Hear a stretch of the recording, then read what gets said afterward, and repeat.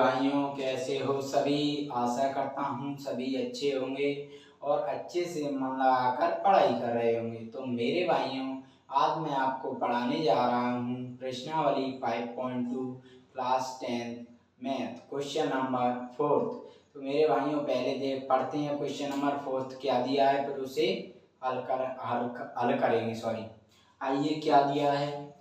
AP, AP का मतलब क्या होता है, पहले समझो। एपी शॉर्ट फॉर्म में एपी की फुल फॉर्म होती है अर्थमेटिक प्रोग्रेशन। इंग्लिश में कहते हैं, हिंदी में से कहते हैं समांतर श्रेणी। तो ये दिया है कि समांतर श्रेणी की ये मतलब सूची दी है 3, 8, 13। ये समांतर श्रेणी कहने का मतलब ये सूची दी है ना, ये एपी कह रहा है तो ये समांतर श्रेणी है। इसका ये पूछ रहा है इसका कौन सा पद 78 है, मतलब इसमें पद बताना है कि कौन सा है, और मान दिया है पद का 78। मान दिया, ये कह रहा है ना कौन सा पद 78 है, कौन सा मतलब पद कौन सा, मतलब पद 78 है। तो मतलब ये कह रहा है पहला दूसरा कौन सा पद है ये बताओ जिसका मान 78 है। ठीक है, यही कह रहा है। तो आइए मेरे भाइयों, पहले ये बता देता हूँ मैं एपी समांतर श्रेणी क्या होती है। तो मेरे भाइयों, आपके लिए जानना जरूरी है, क्योंकि बहुत से ऐसे बच्चे होंगे जिनको पता होगा, कुछ बच्चे ऐसे होंगे जो डायरेक्ट बीडी पर आएंगे जिन्हें कुछ नहीं पता होगा। तो उनके हिसाब से चलते हैं हम, तो सभी के हिसाब से। ठीक है, तो आइए बताता हूँ थोड़ा। तो क्या है समांतर श्रेणी, तो कैसे होती है मेरे भाई, चलो इसको ही ले लेते हैं। ये क्या है, समांतर श्रेणी है, तो इस सूची को ले लेते हैं 3, 8, 13, 18। अब इसको लेके मैं ये बताता हूँ कि ये क्वेश्चन में ये समांतर श्रेणी क्यों है, और समांतर श्रेणी ये कब नहीं होती और क्यों है, क्या होती है। ठीक है, तो समांतर श्रेणी में पहले हम देखते हैं इसको पद को ए से रिप्रेजेंट करते हैं, और पहले पद को A1, A2, A3, A4 ऐसे बोलते हैं। ठीक है, अब क्या करते हैं मेरे भाइयों, ये हम करते हैं कि दो दो पदों के क्या है जोड़े लेते हैं। इन चार टोटल कितने पद हैं, 4 पद। तो इन सब पदों में दो दो के जोड़े लेके और इन पदों के बीच का इस सेकंड में से हमेशा फर्स्ट पद को घटाते हैं, सेकंड में से हमेशा फर्स्ट पद को घटाते हैं, और दो पदों के बीच का जो अंतर आता है वह अंतर अगर सेम आता है तो क्या है, ये हमारी समांतर श्रेणी है। अंतर सेम नहीं तो समांतर श्रेणी नहीं। आइए इसे और उदाहरण के साथ समझिए। A1, A2 है तो सेकंड में से मैंने कहा था फर्स्ट घटाते हैं, दो पदों के बीच का अंतर लेते हैं, तो ये दो पदों के बीच का अंतर हो गया, इसमें से घटाएंगे तो 8 में से -3, A2 8 है तो 5। ऐसे ही देखो, मैंने कहा था दो पदों के जोड़े, तो ये दो पदों के जोड़े ले लिए, ये दो पद लिए, ये दो पद लो। अब तो क्या है, दो पद लिए तो A3 - A2 इक्वल टू 13 - 8 तो 5। अब क्या है, अब दो पद लो, मतलब जितने पद होंगे उन सबको लेना है। दो पद ले, अब ये लास्ट दो पद बचे तो इसको क्या है A4 - A3 इक्वल टू 18 - 13 5। देखो मैंने जैसा कि कहा था कि जो 4 पद होंगे उनमें सब में दो दो पदों के जोड़े लेने हैं, ले लिए ना। दो पदों के बीच का अंतर ये ले लिए, दो पदों के बीच का ये ले लिए, सब में दो पदों के बीच का अंतर निकालो सभी पदों में। ठीक है, तो ये निकाल लिया। अब ये अंतर क्या है, सेम आना चाहिए। अगर ये सेम नहीं होता ना अंतर, ऐसे यहाँ पे सब ये संख्या आ रही है ना, ये 5 आ रही है तीनों में, अगर ये सेम नहीं आती ना तो ये हमारी समांतर श्रेणी नहीं होती। तो क्वेश्चन में ये समांतर श्रेणी नहीं देता। और समांतर श्रेणी क्यों दी है क्वेश्चन में, हमें पहले ही डिफाइन कर दिया कि ये समांतर श्रेणी है। क्यों कहा है, क्योंकि इनका अंतर सेम है। देखो हमने निकाला अंतर सेम है इसलिए कहा, और जो अंतर होता है ये सेम है, और जो अंतर आता है ये निकल के 5, ये किसकी वैल्यू, ये होता है समांतर श्रेणी का सार्वंतर, जिसे क्या है हम डी से दर्शाते हैं। डी से दर्शाते हैं सार्वंतर। तो सार्वंतर क्या है, अंतर होता है इसका, सार्वंतर कहलाता है। तो 5 है। और ए क्या होता है इसमें, ए होता है प्रथम पद। पहले पद को हमेशा ए बोलते हैं, तो पहला पद ए, तो ए होता है इसमें 3 प्रथम पद होता है। अब एक और चीज होती है इसमें, एक और आता है एन। एन क्या होता है, एन होता है मेरे भाइयों इसमें एन होता है कि पद कौन सा है, पहला पद है, दूसरा पद है, तीसरा पद है। ऐसे मैं पूछूं आपसे ये कौन सा पद है, तो 1 2 3 4 आप कहोगे सर चौथा पद है। तो ये एन की वैल्यू बताना, पद का की पद को बताना है कि कौन सा पद है। ठीक है, एन की वैल्यू। अगर मैं पूछूं ये पद कौन सा है, ये 13 का मान है, ये पद कौन सा है, तो ये पद कौन सा है, तीसरा, तो एन की वैल्यू 3 आ गई। मतलब पद बताना कि कौन से पद है, कौन सा पद है। अब एक और आता है इसमें एन।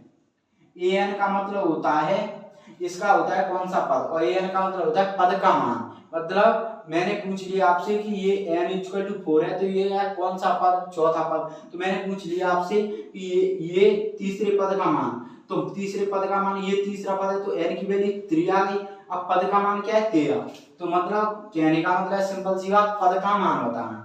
ये सब आपको ये जानना जरूरी था समांतर श्रेणी में। और इस क्वेश्चन के हिसाब से जो मैंने आपको पहले डिफाइन कर दिया कि क्या आपको जरूरत थी डी की, तो डी आपको समझ में आया क्या होता है, ए की जरूरत थी तो यार ए आपको समझ में आ गया, एन क्या होता है वो समझ में आ गया, ए एन क्या है वो समझ में आ गया।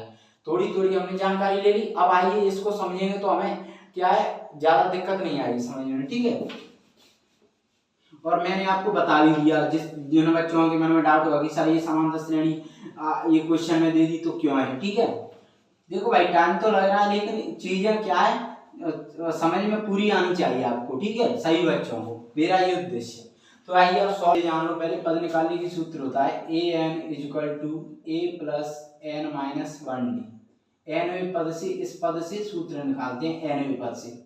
ये क्यों लिखा है मैंने ये फॉर्मूला, जिससे आपको और क्लियर समझ में आए, ये फॉर्मूला होता है। तो हमें क्या क्या जरूरत पड़ेगी, हमें जरूरत पड़ेगी ए एन। अब निकालना क्या है, कौन सा पद, तो मैंने क्या बताया था थोड़ी देर पहले कि पद एन क्या होता है, पद की कौन सा पद है पहला पूछे, तो क्या है एन निकालना है, समझ में आ गया होगा, एन निकालना, तो एन तो डिफाइन करना है। अब हमें इसमें दिया क्या, ये देखो प्रथम पद मैंने कहा था, प्रथम पद तो लिखो प्रथम पद, मैंने कहा था पहला पद हमेशा प्रथम पद होता है, तो प्रथम पद क्या है 3। अब सार्वंतर, तो सार्वंतर मैंने क्या कहा था, सार्वंतर होता है अंतर।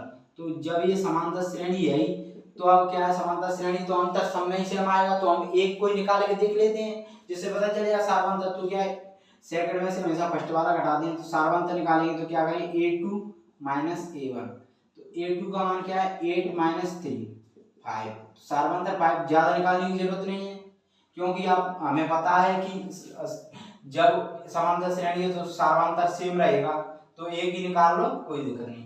अब क्या ए आ गया, हमको डी आ गया।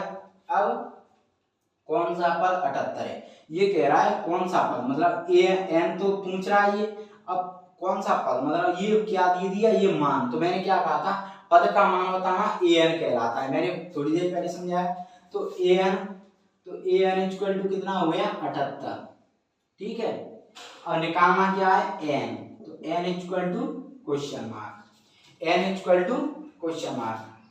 अब एनवें पद का मान निकालेंगे हम, तो सूत्र एनवा पद लगाएं, तो एनवा पद का सूत्र क्या है, सूत्र A N equal to A plus N minus 1d, ये सूत्र होता है मेरे भाइयों, ठीक है मेरे भाइयों।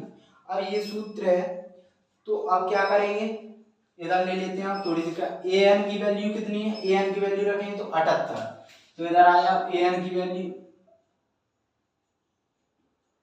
ए एन की वैल्यू कितनी 78 इक्वल टू ए की वैल्यू की 3 प्लस एन का मान तो निकालना, तो एन माइनस 1 इंटू डी की वैल्यू कितनी आई 5।